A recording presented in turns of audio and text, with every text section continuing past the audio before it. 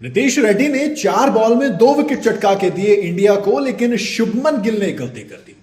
जी हां, team India जो Lord's के अंदर तीसरा टेस्ट मैच खेल रही, वहां पर ऑलराउंडर नीतीश कुमार रेड्डी भाई शार्दुल की जगह आए थे। गोल्डन आर्म शार्दुल को कहते थे और इन्होंने वही कमाल करके दिखाया जिसकी उम्मीद इनसे किसी को नहीं थी। लेकिन भैया नीतीश कुमार रेड्डी, आपको याद होगा काम ही इनका ही है। आईपीएल से लेकर लॉर्ड्स तक यही चल रहा है। लॉर्ड्स की वो पिच जहां पर बुमराह, सिराज और आकाशदीप जैसे बॉलर्स एक विकेट नहीं निकाल पा रहे, वहां पर नीतीश कुमार रेड्डी कहर बरसाते हुए नजर आ रहे हैं। इंग्लैंड के खिलाफ इस ऑलराउंडर ने 2 बैटर्स को पवेलियन की राह दिखाई। रेड्डी को 14वें ओवर में बॉल थमाई गई थी। लोग शुभमन गिल की इस प्लानिंग को देखकर हैरान थे कि अभी से ही यार एक ऑलराउंडर को लाना। लेकिन जब नीतीश रेड्डी ने कमाल दिखाया तो सब हैरान रह गए और कहा कि यार चलिए, गिल साहब ने सोचा सही सोचा। पहले तो बेन डकेट को वो डाउन द लेग वाली बॉल पे आउट किया, लेकिन जैक क्रॉली को वो जो बॉल डाली थी, अरे है वो हल्की सी सीम जो थी वो फर्स्ट स्लिप की तरफ बॉल टब्बा खा के एज लेके निकलती कमाल।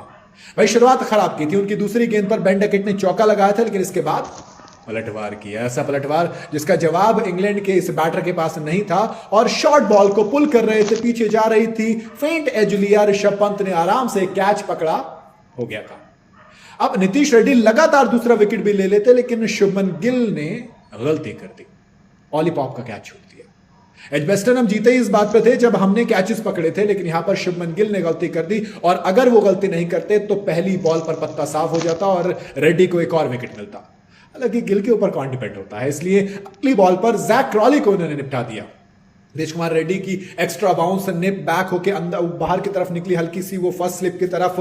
जैक क्रॉली कुछ नहीं कर सकते, तो उस बॉल का सिर्फ देखते रह गए और 18 रन पर पवेलियन लौट गए, क्योंकि एज लेके सीधा हाथ में गए।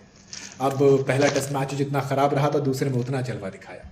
एजबेस्टन याद है ना आपको, पहले बैट से सिर्फ 2 रन निकाले। पहली पारी में उन्होंने 1 रन, दूसरी पारी में 1 रन, 2 पारी ली उन्होंने 2 रन बनाने के लिए। गेंदबाजी में सिर्फ 6 ही ओवर उनको मिले, उसमें भी कुछ कर नहीं पाए। दूसरी पारी में तो गेंद दी ही नहीं गई कि आप रहने ही दीजिए। लेकिन टीम इंडिया ने लॉर्ड्स में प्लानिंग को चेंज किया और नीतीश कुमार रेड्डी, जब बुमराह, सिराज, आकाशदीप का कुछ समझ में नहीं आ रहा था, 13 ओवर पुरानी बॉल उनको दे दी कि लीजिए आइए और स्विंग करने की कोशिश कीजिए। उन्होंने कहा कि जैसा हुक्म, हमने आए, हमने विकेट निकाल के दिया और कमाल का विकेट निकाल के दिया टीम इंडिया को भी तब जब जरूरत थी, क्योंकि ओपनिंग विकेट के लिए हम ढूंढ रहे थे। और सोचिए, जब तक ये वीडियो रिकॉर्ड कर रहा हूं तब तक कोई भी विकेट नहीं गिरा। 112 रन हो गए हैं, 40वां ओवर चल रहा है, नीतीश कुमार रेड्डी ही कर रहे हैं विकेट, लेकिन कॉलम खाली है सबका। लॉर्ड्स की पिच को कहते हैं कि कभी कभी दोनों का साथ देते, कभी बॉलर तो कभी बैटर। टॉस हार चुके हैं शुभमन गिल, ऐसे में देखना दिलचस्प होगा कि इस बार इंग्लैंड ने जो अपनी रणनीति बदली है, इस बार इंग्लैंड ने जो पहले बैटिंग की है वो उसको कितना फेवर करेगी। आपको क्या लगता है, आप अपनी राय कमेंट में जरूर बताइएगा। वीडियो अगर आपको पसंद आई हो तो इसे लाइक और शेयर जरूर करें और जाते जाते चैनल को फॉलो और सब्सक्राइब जरूर करते जाइएगा।